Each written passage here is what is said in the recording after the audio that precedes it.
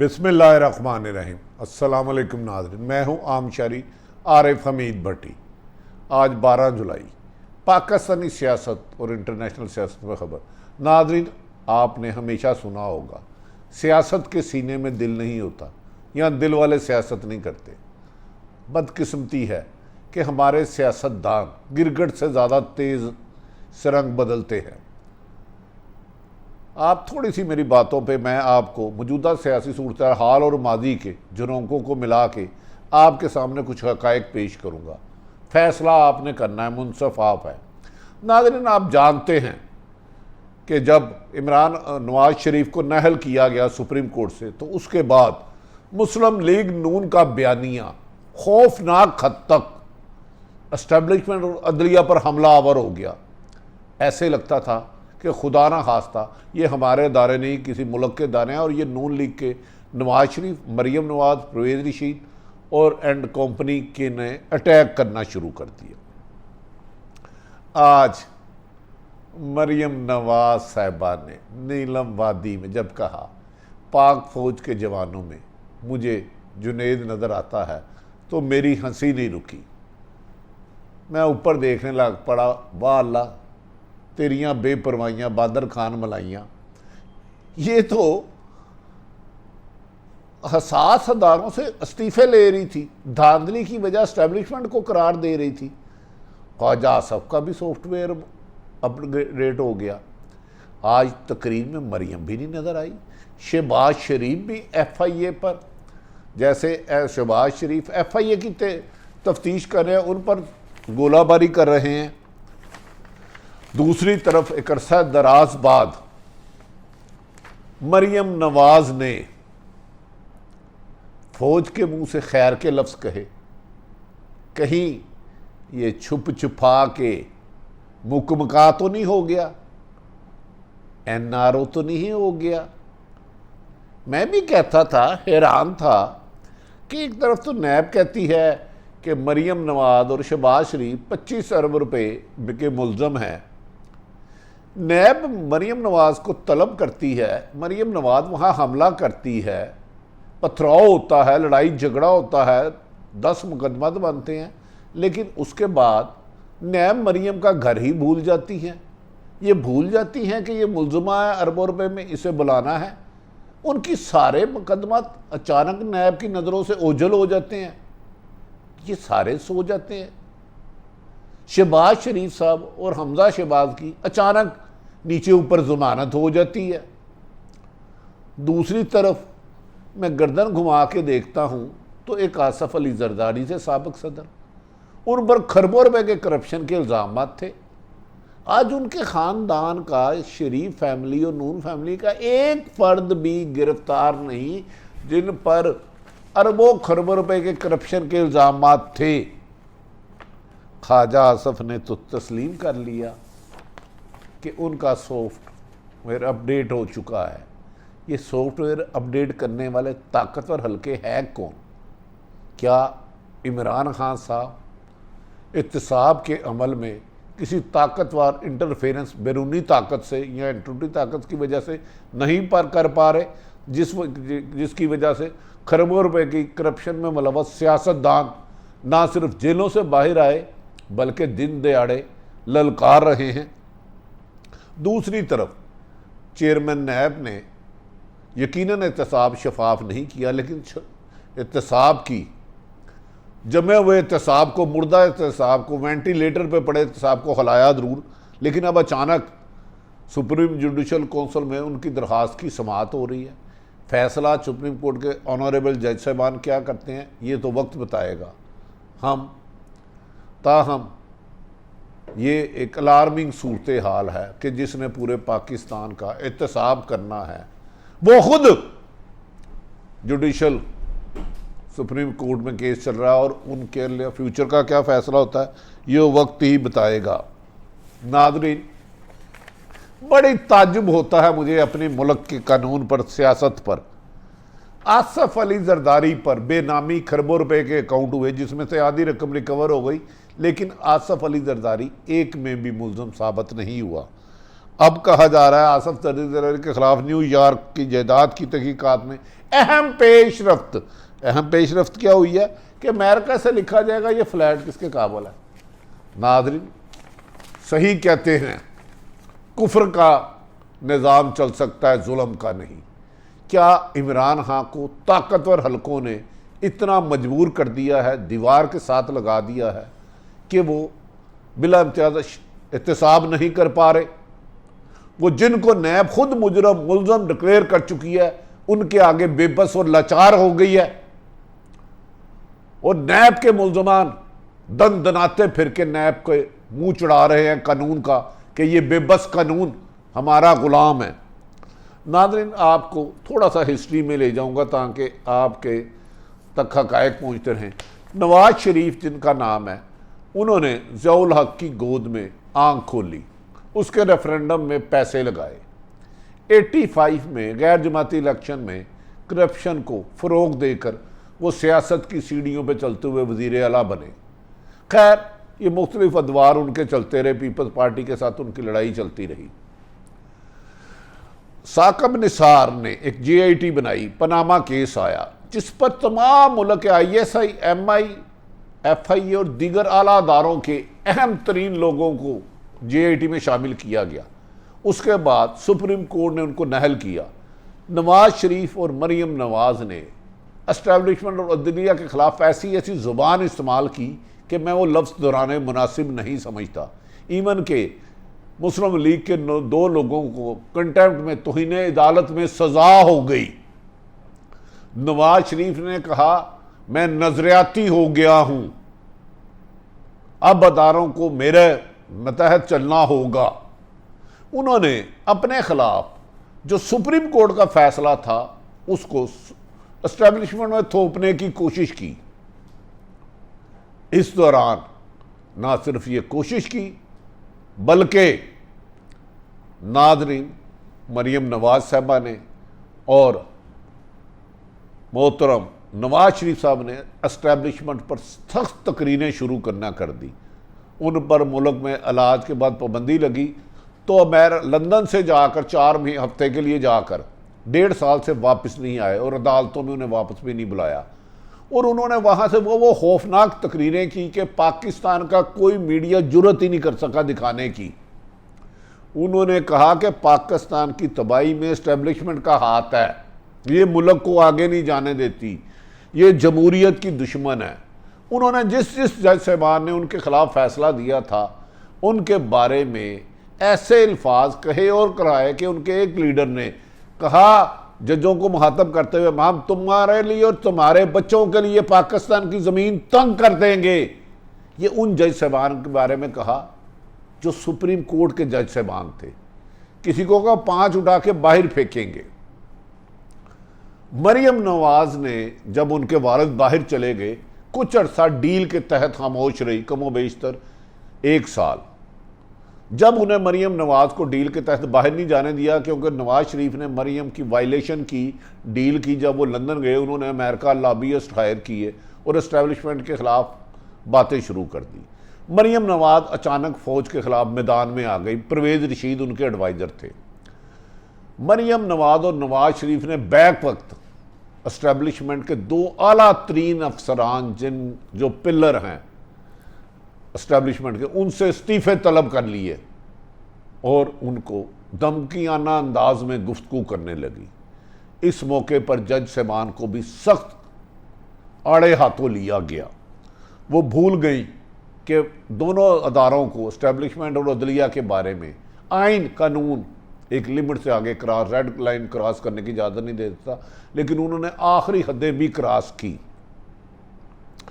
इस दौरान नाज़रीन, कुछ गैर मुल्की ताकतें और कुछ पाकिस्तानी ताकतें पीपल्स पार्टी, नून लीग और ताकतवर हलकों में ब्रिज का रोल अदा करती हैं। और अचानक शहबाज शरीफ साहब की बेल हो जाती है और वादा ये होता है कि आइंदा एंटी एस्टैब्लिशमेंट बयानिया नहीं आएगा। नवाज शरीफ जो हर तकरीर में बाहर से जब भी PDM बनी तो सख्त तनकीद करते थे कि मैंने कहा कि नेशनल मीडिया उसको दिखा नहीं पाता था, इतने फौज में जहर उगलते थे और पाकिस्तान की तबाही का बायस वो एक अहम तरीन अदारे को जिम्मेदार ठहराते थे। उनकी बीमारी के बहाने उनको बाहर भिजवा दिया जाता, गए नहीं, भिजवा दिया जाता है। शहबाज शरीफ और मरीम नवाज और हमजा शहबाज साहब की बेल हो जाती है। इस दौरान उन्हें कुछ अहम ताकतवर हल्के मिलते हैं। शहबाज शरीफ और हमजा शहबाज एस्टेब्लिशमेंट के बाद एक भी लफ्ज़ नहीं बोलते, लेकिन मरीम पीडीएम के जलसों में, जुलूसों में उन पर हमले जारी रखती है। इस दौरान ताकतवर हल्के किसी भी तरीके से पीपल्स पार्टी के साथ डील कर लेते हैं और उनके तमाम सफली जरदारी की ज़मानत हो जाती है, फ़रयाल की ज़मानत हो जाती है। और इस वक्त खुर्शीद शाह के अलावा पीपल्स पार्टी का एक शख्स भी गिरफ्तार नहीं। अरबों खरबों की करप्शन में मुलव्वस मोहतरमा मरीम नवाज मुजरम बन जाती है, उन्हें सज़ा हो जाती है। वो तकरीरों में अदारों को ललकारती हैं, काबीना को और असम्बली को बुरा भला कहती हैं, और वो खुद कौंसलर का इलेक्शन भी नहीं लड़ सकती। ये बयानियाँ उन्होंने इतना बढ़ा दिया कि गली कूचों में हसास अदारे के बारे में लोग तनकीद करने लगे और अफसोस का इजहार करने लगे कि ये किस डगर पर चल पड़ी। फिर अचानक गैर मुल्की और अंदरूनी ताकतें इमरान खां पर दबाव डालती हैं कि नून लीग को माफ़ी दो। इमरान खां इसमें एक स्टेज आती है, कहते हैं मैं असम्बली तोड़ दूंगा, नहीं दूंगा। लेकिन फिर अचानक रातों रात अलादीन का चिराग घुमाया जाता है और अपोजिशन तमाम अदालतों से बाइज़्ज़त तौर पर ज़मानतों पे बाहर आ जाती है। मरीम नवाज़ का जहर कम नहीं हुआ और अचानक जहर फेंकती फेंकती जो अहम तरीन दो शख्सियात इस्टेब्लिशमेंट की से इस्तीफ़ा मांगती थी और धांधली की वजह इनको कहती थी कि ये इन्होंने पाकिस्तान को आगे नहीं जाने दिया, ये जमहूरियत के दुश्मन हैं, ये हमारे अहम तरीन अदारों के बारे में कहती। आज मेरी आंखें, मेरे कानों ने 3 दफ़ा ये बात साकमो बेशतर सुनी तो मुझे यकीन नहीं आया कि मरीम नवाज़ का सॉफ्टवेयर इस कदर अपडेट हो गया। आज उन्होंने फरमाया, मरीम नवाज़ ने कहा, जब मैं नीलम वादी में दाखिल हुई तो मुझे जगह जगह पाक फौज के जवान नज़र आए। ये वही पाक फौज के जवान उन्हें नज़र आए जिन पर ये धांधली का इल्ज़ाम लगाती थी। उन्होंने कहा, मेरा एक ही बेटा है मोहम्मद जुनेद, मैं यूनिफॉर्म में पाक फौज के जवानों को देखकर मुझे इन पर बहुत प्यार आया। मुझे समझ में नहीं आता रहा था कि मरीम नवाज़ ने ये क्यों कहा। यकीनन मैं एक रिपोर्टर हूँ, मैंने चंद लोगों को फ़ोन किया। मैं क्या यार, मरीम तो जहर उगलती थी, उनकी हज़ारों तकरीरें हैं, 1 2 3 4 नहीं है, जिसमें उन्होंने मुल्क की हर बुराई की जड़ एस्टेब्लिशमेंट को कहा है या जिम्मेदार ठहराया है कुछ लोगों को। उन्होंने कहा, जी आपको याद होगा मरीम ने नैब पे हमला किया था जब उन्होंने बुलाया था। मैं कहा, जी बिल्कुल किया था। उन्होंने कहा कि वो बगैर पेश हुए वापस आ गई। मैंने कहा यकीनन आ गई। उन्होंने कहा उसके बाद नैब ने उनको बुलाया। मैंने कहा नहीं बुलाया। तो उन्होंने कहा ये डील हुई है कि वो इमरान खां को गाली गलोच देंगी, बुरा कहेंगी, लेकिन इस्टेब्लिशमेंट को बुरा भला नहीं कहेंगी। मैंने कहा इसका क्या सबूत है? कहते हैं उसका सबूत ये है कि मरीम नवाज़ को गिरफ्तार नहीं किया जाएगा। अगर मरीम को दोबारा बुलाया गया तो फिर वही बयानी आया जाएगा। आज जो हर दुम सल्ला हमेशा मरीम नवाज साहबा के साथ होते थे, परवेज़ रशीद, जो इस्टेब्लिशमेंट के बाद जहर उगलने के बारे में एक माहिर है, अपनी शनाख्त खुद रखते हैं, इन्हें पनामा केस पर, इन्हें डॉन लीग पर इनकी वजारत से अलग किया गया था। आज वो इनके साथ नहीं थे। इसीलिए मरीम नवाज़, जिसे पाकिस्तान फ़ौज के में मुल्क की हर बुराई नज़र आती थी, आज उनकी तारीफ़ करती हुई नज़र आई। दूसरी तरफ मैंने कहा तो ये डील कौन करा रहा है? उन्होंने कहा बैरूनी ताकतें और पाकिस्तान में मौजूद। मैं क्या इमरान खां इसमें लूप में है? उन्होंने कहा नहीं, इमरान खां सख्त मुखालफत में है। अगर इमरान खां ने कहा कि अगर आपने इन पॉलिटिशियनों को जो अरबों रुपए की करप्शन में मुलव्वस था डील दी तो मैं रिज़ाइन असम्बली तोड़ दूंगा। उन्होंने दूसरी मिसाल के तौर पर उन्होंने मुझे ये कहा कि आपको याद होगा मौलाना फजलुर रहमान को अरबों रुपए की करप्शन में नैब ने बुलाया। मैंने कहा जी। तो उन्होंने कहा था मैं नैब पर हमला कर दूंगा साथियों समेत। उसके बाद नैब ने उनको बुलाया भी नहीं। ये भी डील का एक हिस्सा है।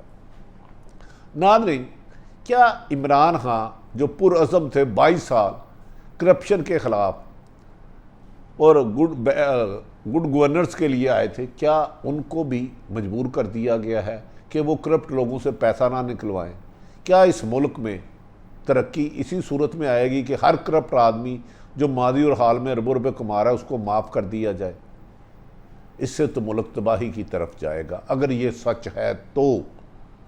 नाज़रीन, दूसरी तरफ शहबाज शरीफ ने FIA से सवालों के FIA ने तफ्तीश उनने करनी थी, लेकिन शहबाज शरीफ ने FIA की तफ्तीश शुरू कर दी और खूब उनको डांट पिलाई और कहा कि FIA तबाही कर रही है, मेरे से इंतकाम ले रही है।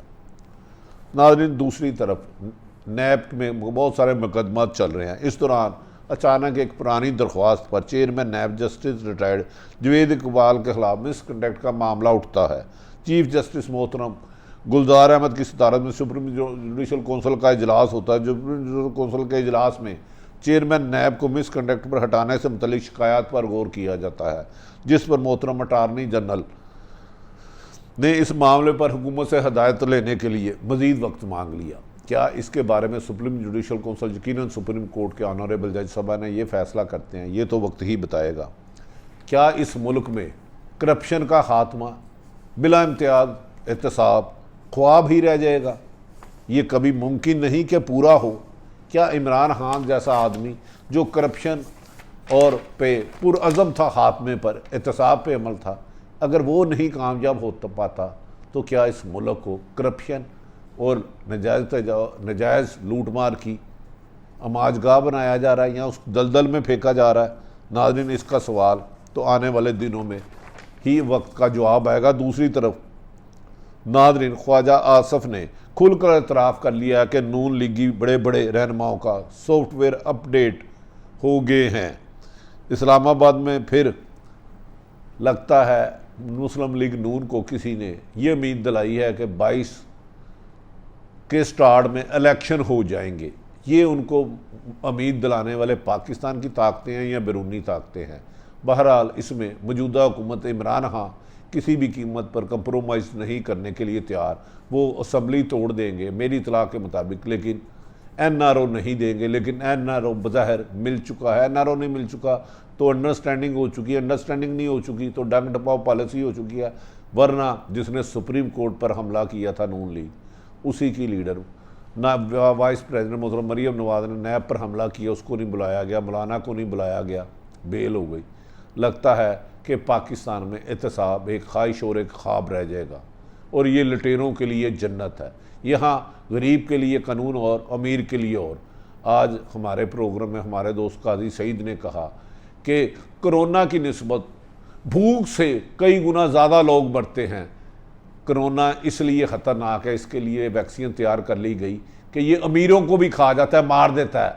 भूख सिर्फ गरीबों के घर बुलाते उनको मारती है, इसलिए भूख के ख़िलाफ़ इक़दाम करना किसी भी हुकूमत ने मुनासिब नहीं समझा। नाज़रीन, मुझे बड़े दुख के साथ कहना पड़ रहा है, लगता है कि आने वाले दिनों में बड़ी बड़ी डीलें होंगी। क्या इमरान खान पुरअज़म होने के बावजूद 5 साल पूरे करेंगे? नवाज़ शरीफ को ये किसने यकीन दहानी कराई कि 22 में इलेक्शन करा देंगे, जबकि उन्हें एक ये दहानी थी कि 23 सितंबर के बाद उनकी सज़ाएँ ख़त्म हो जाएंगी। वो किस उम्मीद पर ये कह रहे हैं कि सितंबर या नवंबर 2023 को उनकी सज़ाएँ ख़त्म हो जाएंगी? ये फ़ैसला तो 2023 बताएगा।